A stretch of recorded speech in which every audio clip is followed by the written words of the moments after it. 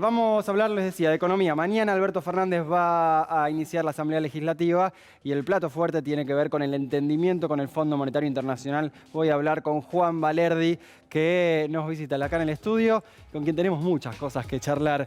Juan, ante todo, gracias por venir. Conflicto internacional, ¿cómo nos deja parados así para hacer un eje principal? Y después ya hablamos del FMI. El conflicto lo que hace es tensar decisiones que tiene que tomar el gobierno argentino y la sociedad argentina si la dejan participar respecto de cómo se va a parar para el futuro. Como estaban ahí analizando los analistas internacionales, se está haciendo un abreaguas. Estados Unidos está en retroceso, pero tiene mucha capacidad de daño en ese retroceso y para retardarla. Y Rusia y China están avanzando fuerte y veremos cómo da ese balance en el corto plazo, pero a largo plazo está bastante claro que uno está declinando y los otros están avanzando. Pero hay que firmar el entendimiento mientras está el conflicto.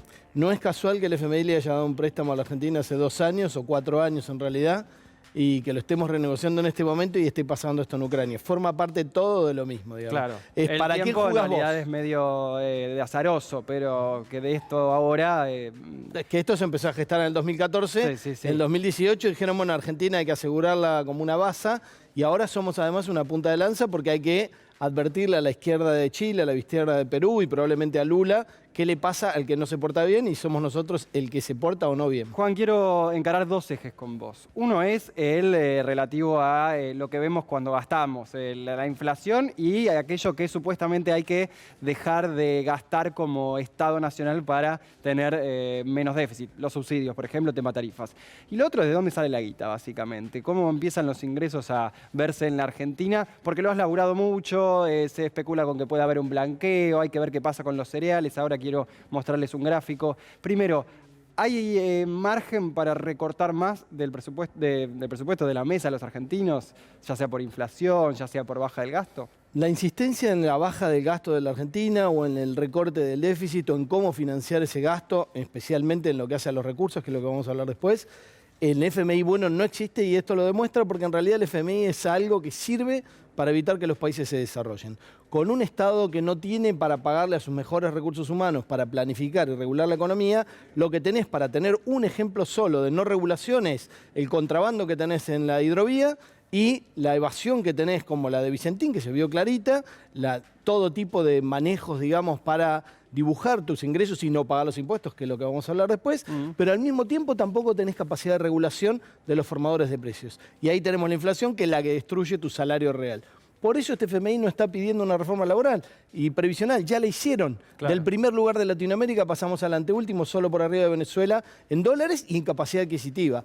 El salario mínimo y la jubilación mínima son 1/3 de una canasta básica. Eso es una reforma violenta y hecha en 2 años de macrismo. Dijiste un montón de cosas que quiero que con el gráfico que separamos de Ernesto Matos, un economista, veamos. Dijiste contrabando, podemos verlo a través de la red social Twitter, lo subió El Economista. Dijiste contrabando de granos, no sé cuán relevante lo es, y lo otro, bueno, obviamente la inflación que venga a partir de eso, lo que mostraba este economista en este gráfico que lo armamos en una placa y que ahí estamos viendo, es que, miren lo que dice Ernesto, calculando las ventas a precios promedio de futuros de mayo, se obtuvo que la cosecha totalizaría alrededor de 34.000 millones, marcando un nuevo récord.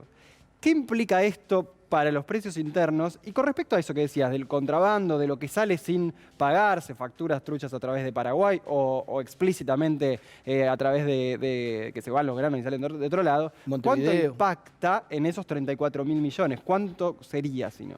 Lamentablemente nadie lo sabe, entre otras cosas porque la hidrovía la maneja una compañía que está ligada a esas multinacionales.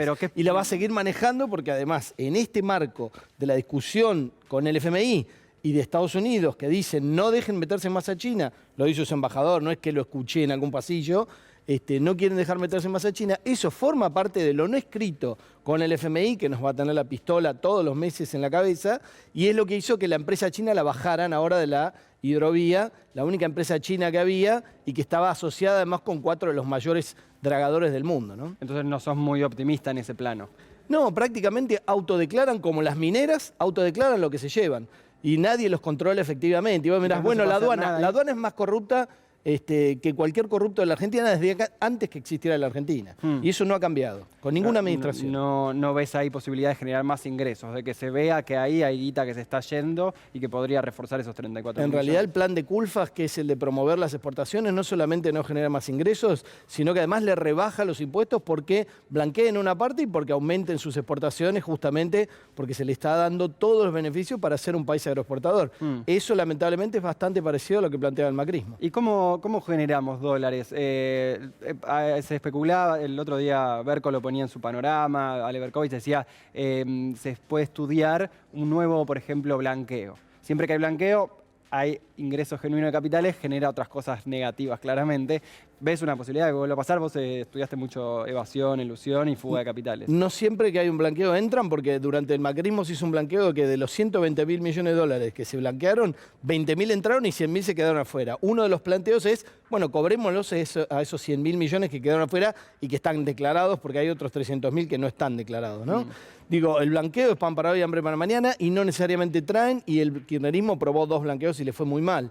Con lo cual, digo, desde el punto de vista de recaudación, digamos, sí, no va por ahí, no mueve el amperímetro. ¿Qué otra cosa? Tenés que hacer crecer el país. Ahora, si tu prioridad uno es generar dólares para pagar la deuda y no desarrollás un país, no tenés un norte para decir qué voy a hacer con los 44 millones de argentinos, entonces vas a tener un país que está pagando la deuda pero que le sobran 40 millones de argentinos. Y eso es un problema social, político y de viabilidad como país. Y hablaste de formadores de precios también. Bueno, entonces, ¿cómo puede ser que hay, cómo se puede encarar desde ese lado que no suba más la inflación, por ejemplo? Discutiendo el proyecto de país que diga cómo vas a hacer para generar más oferta donde hay 4 o 5 grandes oferentes. Y al mismo tiempo agarrás de los 5, 6, 7 monopolios y oligopolios que están abusando de la gente, haciendo una inflación del 50% anual con la excusa que sea, subió el dólar, subieron los fletes, subió la energía, subió lo que sea, que obviamente ahora con lo de Ucrania van a tener una nueva excusa. Elegí el grupo que peor se porte y ponerle la prueba y mandarle todos los organismos del Estado. La FIP, la CNB, la UIF, el Banco Central. Obviamente hay un montón de gente en esos lugares que no le gusta ir al choque con los grandes intereses económicos. De hecho, el Banco Central se rige por la ley de entidad financiera que hizo Martínez de Oz, que está intacta. Entonces tenemos un problema. Obviamente eso no es una decisión técnica ni faltan herramientas técnicas. Es una decisión política. De ir al choque, romper huevo y hacer la tortilla. Ahora, si acariciamos los huevos, vamos a seguir teniendo 50% de inflación, que es lo que está poniendo en sus proyecciones macro para el FMI, en su planillita Guzmán, 30-50% de inflación en los próximos años. Yo no veo un salario real recuperándose. Ahora lo que están diciendo es que no siga cayendo. Que no siga cayendo cuando lo tenés congelado en niveles récord para abajo de las últimas décadas. Entonces ahí congelaste la distribución del ingreso de una manera que es nefasta para la mayoría de la población. Es increíble, Juan, como en pocos 15 minutos encapsulás tantos conceptos. Tenemos 20 segundos para que me digas mañana cuáles son los titulares que hay que prestarle atención si se habla del entendimiento con el FMI. Tema tarifas, ¿qué más? El tema tarifa se presentó originalmente como un problema para el año pasado, que lo querían subir y en un año electoral, por suerte no se subió, si no hubiera sido peor la derrota, y ahora se estaba discutiendo que la tarifa era 20, 30, y ahora dicen, no, el fondo pide 60, no le damos más de 40. Bueno, las tarifas van a alimentar la inflación, las tarifas van a destruir la capacidad de reactivación del sistema productivo argentino. Es una discusión y se siguen calculando de la misma manera que lo armó Macri con sus secuaces que eran de las mismas empresas. Si no discutimos ese tipo de cosas, en lo demás estamos perdidos porque eso es de fondo. Juan Valerdi, muchas gracias por visitarnos.